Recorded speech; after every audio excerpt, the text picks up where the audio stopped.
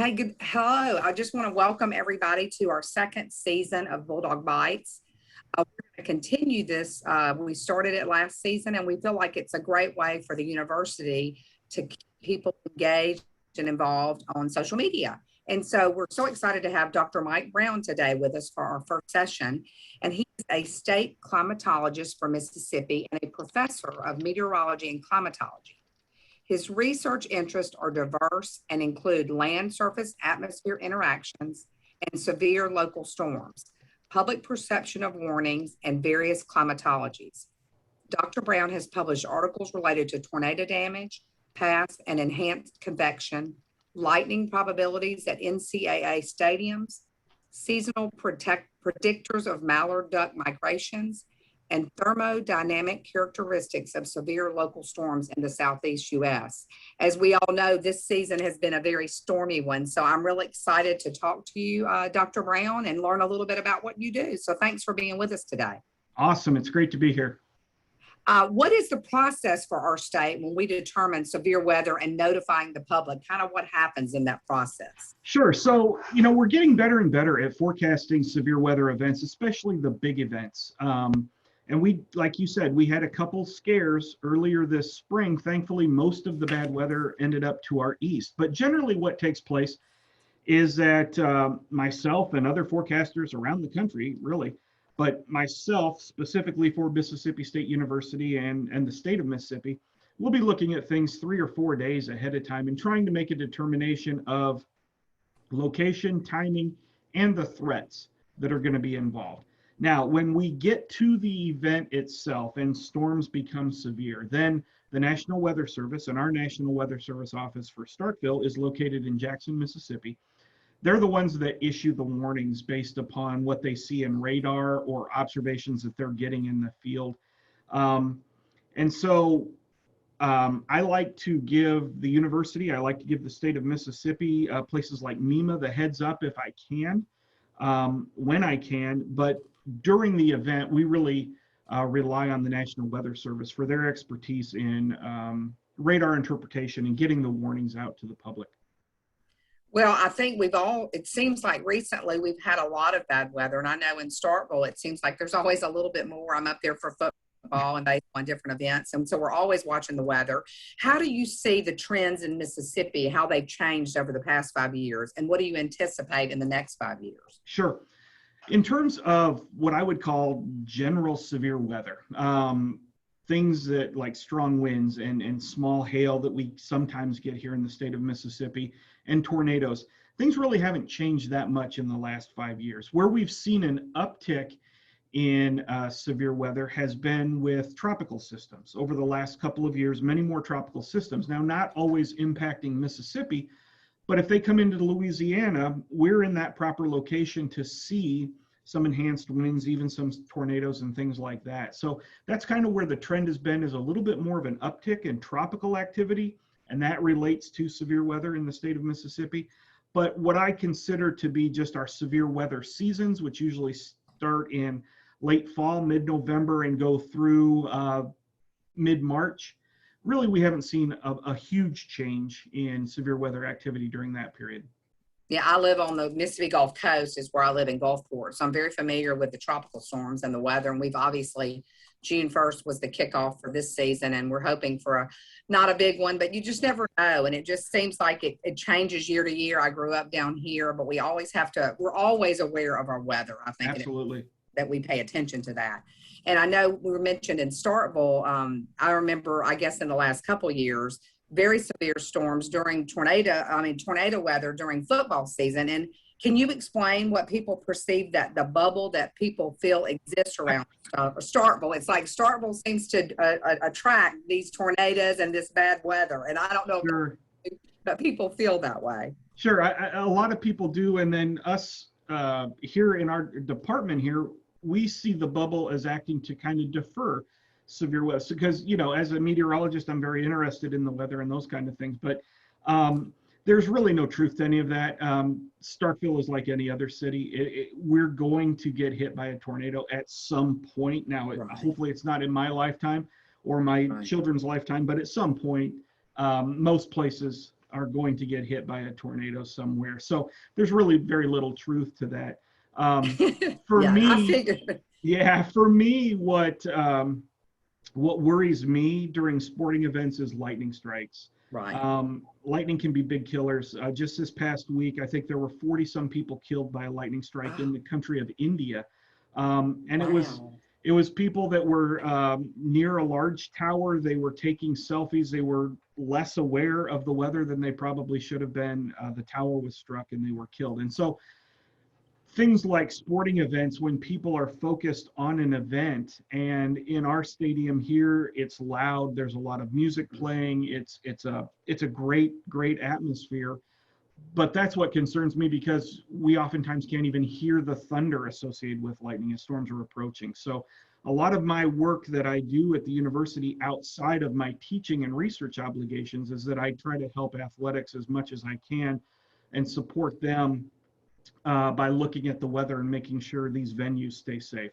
Well, and personally, we all get frustrated when because I was in Omaha, obviously, for the national championship, and the weather was bad, and they had a couple of delays, and we all get frustrated. But reality is, people are making sure that everybody is safe, and it's so important that we really pay attention to our weather experts and the people that are paying attention to it, because they're watching it, like you said, every game. When something's happening, y'all are paying attention to it. That's exactly right. And baseball's slightly different than football. In football, we can play in the rain. In baseball, those baseball diamonds can only take so much rain before the pitching mound starts to give way, and it becomes dangerous for the athletes. And so, every sport has its own criteria that we look at in terms of weather and what's necessary to make the field fair and playable, as well as keep the spectators and the athletes and the coaches safe. So it's all a little bit different. I heard from people out there in Omaha during a delay, and I guess there was probably no rain. I tuned in. They said we're in a Yes. delay. I turned the TV off and came back an hour later, and Yeah. the game was going.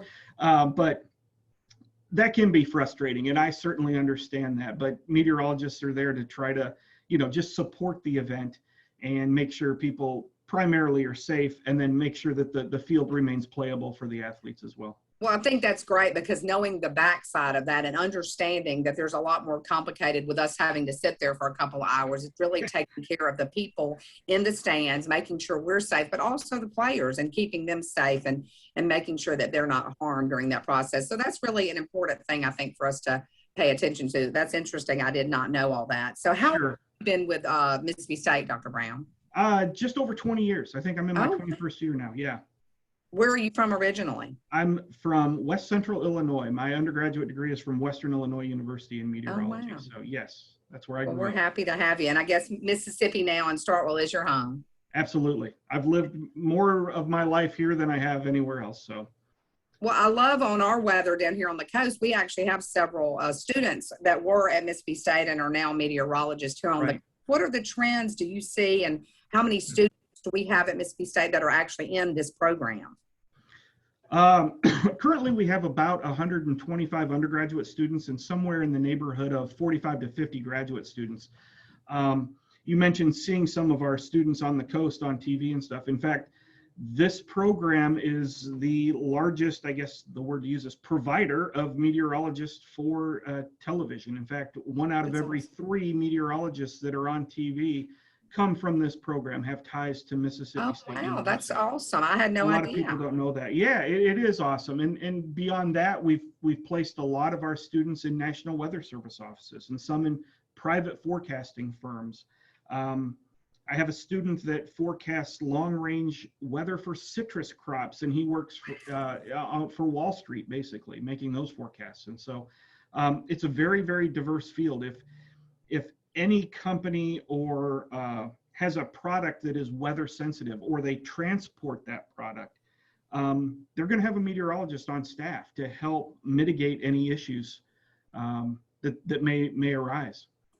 That is really cool. I didn't realize, like I said, I knew we had the program because several people that are down here have talked about being Mississippi State grads. So you don't see them when they graduate having any issue. Obviously everybody wants to graduate and get a degree and get a job. So are there any problems with these kids leaving when they leave Mississippi State, getting positions in the field? No, in fact, because our reputation, and because we are known for producing a really quality student that leaves here that is television ready, most of our broadcast meteorology students don't have to look for jobs. Most of them land jobs prior to graduation. And so that last semester they're here, a lot of them, I'd say the vast majority of them, are doing contract negotiations with television stations because they've already got that job that they're going to start in late May or early June as soon as they graduate. And so, is it basically a 4-year program, or what is their time frame? And do they do an internship of any sort? I just didn't know anything about. Sure. Yeah, it is a 4-year. It is a 4-year degree, and they take all the meteorology courses, the math, the physics, and all that. For the broadcast meteorology students, the last 2 years, they're in front of a green screen. They're actually doing the weather in front of a green screen. We have state-of-the-art graphics here that most television stations use. And so they get experience on the equipment that they're going to use in the industry. And again, that kind of sets us apart, and news stations understand these people can walk in the door and hit it right away. We do encourage internships or job shadowing at television stations somewhere between their sophomore and junior, or junior and senior year, somewhere in there. We'd like them to spend a summer, if they can, with a broadcast meteorologist, just job shadowing, seeing what it's all about, because it is a different world than being a student. Well, and I think, we all laugh about it because the weather, you feel like you're half the time you're right and half the time you're wrong. That's right. 50-50, and you're having to guess, lately it's like rain every day. So that's, it's been a lot of rain. It's a challenging profession. It really is. Yeah. And these kids have to be pretty thick-skinned when they leave here, because they are going to make mistakes. That's just the nature of meteorology. And beyond that, being kind of a personality on TV, while they get many compliments, they also get a lot of hatred thrown their way in terms of social media. Things have really changed with the advent of social media, and it makes it tough for some of these kids. And so we try to counsel them a little bit before we leave here. Hey, you got to be thick-skinned. You have to know what to read and what not to read, and what to put in the back of your brain. Because that's such a good point, not only in meteorology, but in anything on television. People are so critical these days of people, and they're so, I guess, unforgiving, and they put things out. It really is difficult. So I didn't even think about that. You really prepare those students for that, I'm sure. Yeah, we call it keyboard courage, because people will say things through a social media post that they would never say to a person face to face. It's just so hurtful. And so these students, when they get out there that first year, they hear some really terrible things. And again, they have to be able to compartmentalize that. And most of the news stations do a pretty good job of helping them. When they encounter something like that, there's people that work there that have also encountered that and can kind of counsel them through that. But it's a vicious job sometimes. That is, I see that for many. I think about it all the time because I'm watching the weather, and you don't say it, but you're like, man, they're so way off today. Especially down here with the storms that we deal with and the hurricanes, and they're right a part of all of it. But I'm really impressed to know, because I had no idea the level of jobs that you were getting out, and how many meteorologists are actually from Mississippi State. So that's really important to know. Now, I know you've been with Mississippi State, you said 20 years, but you're also the state climatologist for Mississippi. What does that entail, and what does that mean? Well, that's just a very different hat that I wear. So this is a position that is normally appointed by the governor. So I've been appointed to this position for a few different governors now. Wow. And my main job is to support the citizenry of Mississippi. And what my job mainly boils down to most of the time is helping farmers interpret weather data, helping them prepare, giving them long-term or short-term forecasts so that, they don't lose thousands of dollars planting at the wrong time, that they don't, spray their crops at the wrong time, and those kind of things. And so much of what I do, I work with farmers. I've also worked some with MEMA, helping them pre-disasters and post-disasters and those types of things. I've also helped the National Weather Service. Oftentimes when there's big tornado outbreaks, they just don't have the manpower to go in and look at the damage and rate the tornado. And so I've been called upon a few times to help with that, like the Smithville EF5 Yeah. tornado, the Louisville EF4 tornado. I've helped out with those surveys as well. So it's kind of an all-encompassing job. I never know what kind of email or phone call I'm going to get day to day. The vast majority of time, though, it is from a farmer or an extension agent from here at Mississippi State on behalf of a farmer asking a question about the weather or when would it be the best time to do this for that Right. farmer. How long have you been doing that? You said through several governors, so I didn't know how many. Yeah, I think I've been doing this now about 11 years Oh, as a state wow. climatologist. Yeah. That is awesome. Well, is there anything else that maybe you want to know or people may want to know about the program that we don't know? Because I've learned a lot from you today already. Well, I appreciate that. I don't know that there's a whole bunch more to tell other than we are a top 3 program in the country. We graduate a higher percentage of students than most any other program in the country, meteorology wise. And our students are very, very successful. We've obtained a reputation that people know they're going to get a quality meteorologist and sometimes a quality broadcast meteorologist, depending upon which kind of track these students go on. And so we're very fortunate and thankful that we have been as successful as we have been, even through lean years in the economy and a pandemic and everything else. It really never slowed down for our students in terms of That's employment. awesome. And so it's a real blessing.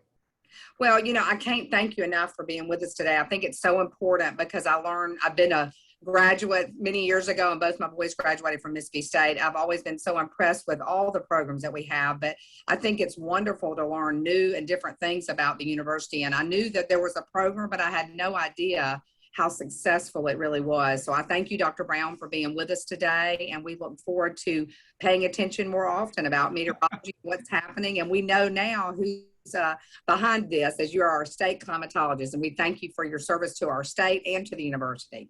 Thank you. I appreciate your time.